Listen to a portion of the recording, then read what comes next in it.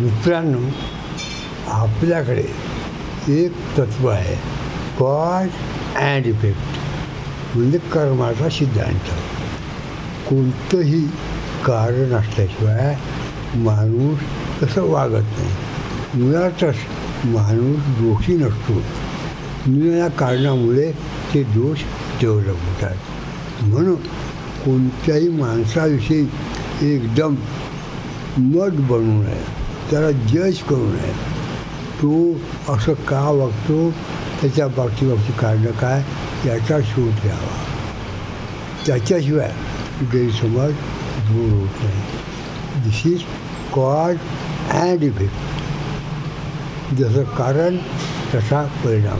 म्हणून कुणाबद्दलही एकदम मत बनवू नका, ज्याला आपण बायास्ड ओपिनियन म्हणतो. आणि आज आपल्याकडे बायास्ड ओपिनियनचा महापूर आला आहे. महापूर आला आहे. प्रत्येक माणूस शुद्ध आत्मा आहे, शुद्ध आत्मा आहे. पण त्याला निरनिराळी कारणं आकार देतात आणि तसा तो बनतो. म्हणूनच म्हटलं आहे, जसे जसे याचे कर्म तसे तसे फळं देतो रे ईश्वर.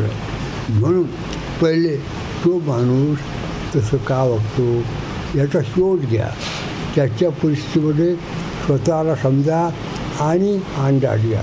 Y that person is behaving like that. Don't form opinion at once. मला वाटतं हा फार मोठं गीताज्ञान आहे, कर्माचा सिद्धांत आहे.